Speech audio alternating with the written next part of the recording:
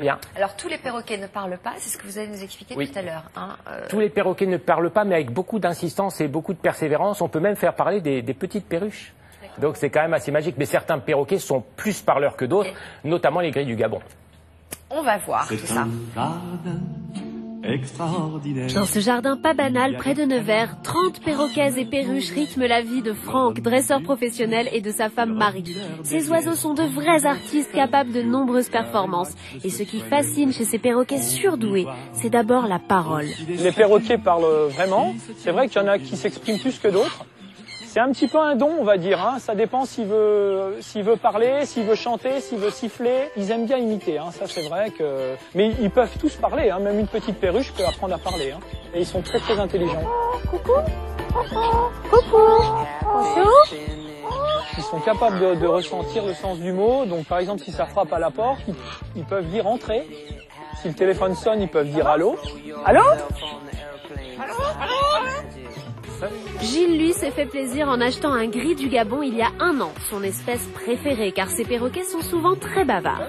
Oupette parle déjà beaucoup malgré son jeune âge. Hein. Elle dit à manger, tu vas aller au dodo, coucou. Mais attention, comme tous les perroquets, Oupette ne parle pas sur commande, et ce jour-là, c'est silence radio. Voilà, c'est bien. Quand elle connaît pas les gens, elle parle pas tout de suite. C'est un peu plus dur pour elle. Elle est timide, quoi. C'est bien, Oupette. Bravo. L'intelligence des perroquets vient aussi de leur sensibilité extrême, et selon leur espèce et leur éducation, ils ont des personnalités différentes. Arthur, c'est un arabe militaire, hyper actif, hyper stressé, il est très prévoyant, voilà, et très protecteur. Hein. Ici, donc, on a Zoé, donc, qui est une femelle arachléoptère. Elle est très très jalouse et possessive aussi. Oscar, mon cacatoès, si je laisse ma barre pousser pendant 3-4 jours, il adore. Si je rase, alors là, il devient totalement agressif. On va aller voir papa. Tu vas aller voler? Les perroquets de Franck vivent en symbiose avec lui. Il a donc pu leur apprendre un tour spectaculaire, le vol en liberté. Et même l'atterrissage contrôlé. Mais ces vols libres sont encore bien loin pour Oupette, car pour l'instant, elle est aussi douée qu'indisciplinée. Oupette n'est pas si simple que ça parce qu'elle a un caractère bien trempé. Et à la maison, il n'y a que moi qui la sors, qui la caresse. Quand elle est sur son perchoir, on peut faire des jeux. Allez, bonne chance à Gilles pour la suite du dressage.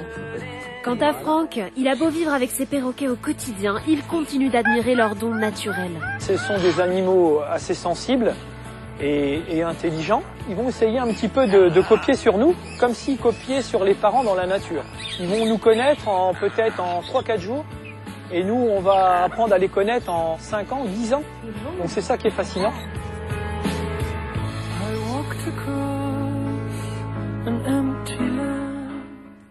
Alors Yves, les perroquets possèdent des capacités exceptionnelles. Ça vient d'où cette intelligence incroyable? Essentiellement, ce qui fait la qualité du perroquet, c'est qu'il a l'oreille absolue. L'oreille absolue, c'est quand on entend un la dièse, pouvoir dire c'est un la dièse. Eh bien, le perroquet, par la reconnaissance extrêmement précise des sons, arrive à les imiter. En plus, c'est des farceurs. Ils adorent faire des blagues, ils adorent faire des tas de choses. Et c'est ce qui permet justement certaines complicités. Alors, moi, ce que je vous propose quand même, c'est qu'on a une petite bande-son d'un perroquet qui chante, une chanson que tout le monde connaît, qu'on va pas demander de reprendre en chœur, mais on va peut-être la lancer tout de suite. Et puis après, on revient avec Élodie et ses perroquets qui font des...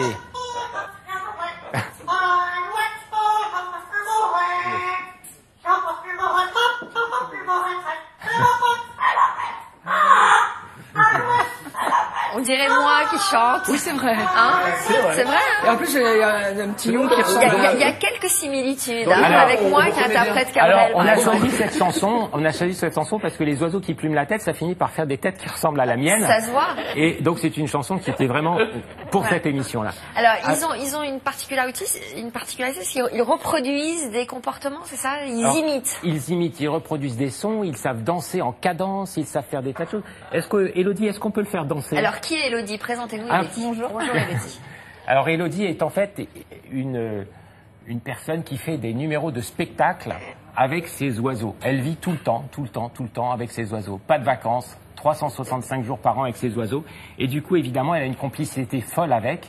Et puisque vous voulez qu'on vous parle d'Élodie, on va d'abord vous montrer son spectacle. Une partie en tout cas réalisée exemple, voir à quel peut y avoir des activités entre un oiseau et sa maîtresse finalement. Regardez. Alors, on regarde.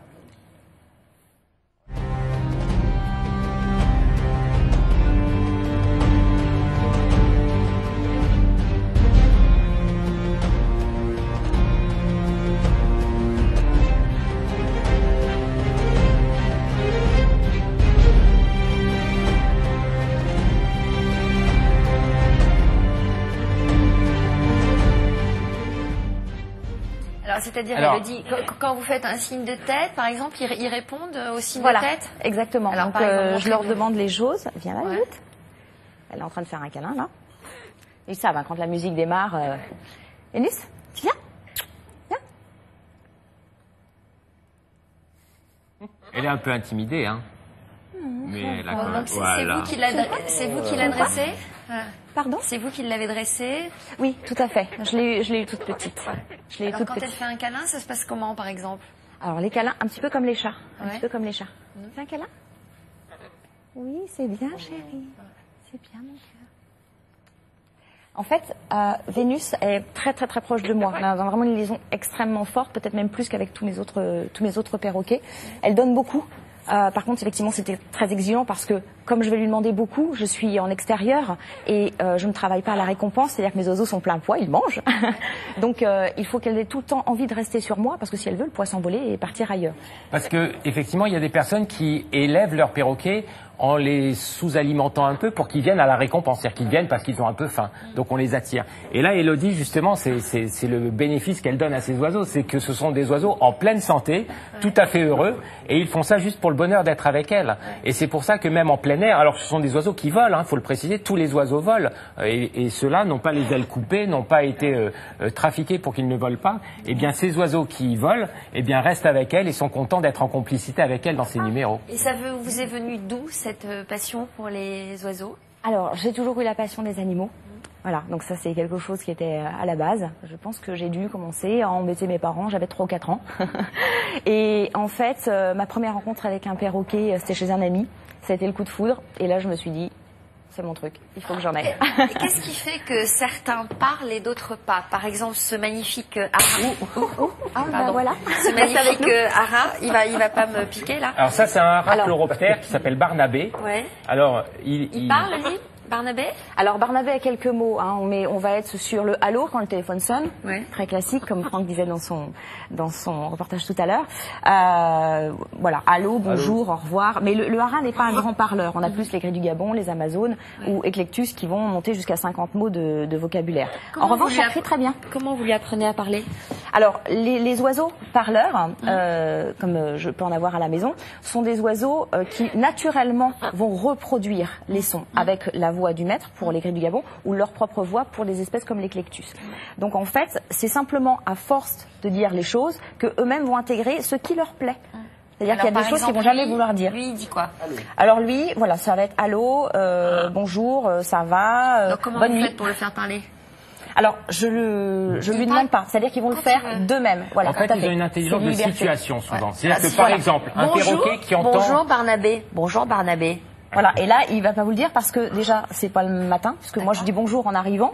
Voilà, je leur parle comme aux humains. Donc mes oiseaux vont répondre bonjour et à bonne nuit le soir, j'ai tout le monde qui va dire bonne nuit. Non. Voilà. Les uns après les autres. Ouais.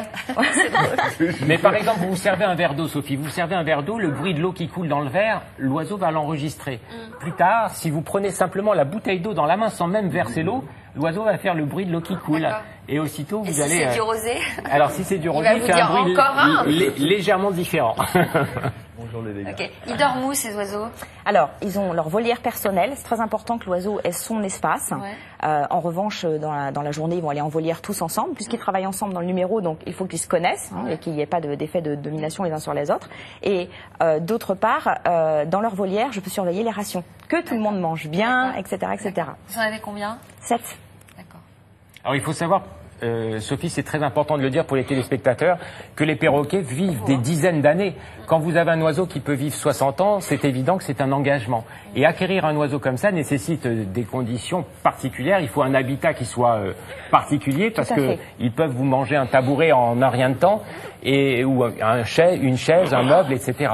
Et on peut pas se lancer, Yves, comme ça sur un coup de tête. Il faut quand même, certes 60 ans il vit, mais c'est quand même des contraintes, non? On peut pas. Il faut une expérience au préalable. Non, il faut une expérience et des contraintes parce que comme le on disait n'achète pas Élodie ça tout comme à un l'heure. petit oiseau, quoi. Non, pas du tout. Et d'ailleurs, certaines personnes qui ont pris des oiseaux et qui ne les connaissaient pas vraiment bien ont pu parfois même perdre leur oiseau. Et on a une petite annonce à passer aujourd'hui concernant une cacatoès rose albin. C'est une très jolie cacatoès, si on peut voir la photo. C'est une cacatoès qui a été perdue dans le Loiret. Dans le Loiret, et si toutefois une personne nous entend qui a perdu cet oiseau, ben vous nous contactez. On a caché certains éléments de sa bague de façon à être sûr que la personne qui nous contactera pourra nous donner les coordonnées exactes de cet oiseau et être sûr que c'est bien le propriétaire. Actuellement, il est détenu par moi en attendant de retrouver son maître. Il doit y avoir de drôles de trucs chez vous. Ouais. Il y a des drôles d'oiseaux. J'ai hâte d'aller visiter son jardin. Et cette jeune femme, on la retrouve où en spectacle prochainement?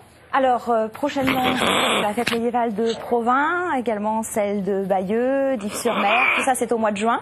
Voilà, tous les week-ends en fait, on est en spectacle et le programme est affiché sur ma page Facebook. Donc, Élodie Oudas, exactement. Voilà. Et ça sera sur le site de France 2, c'est au programme évidemment. Merci beaucoup, merci d'être venu avec vos perroquets. Alexandre?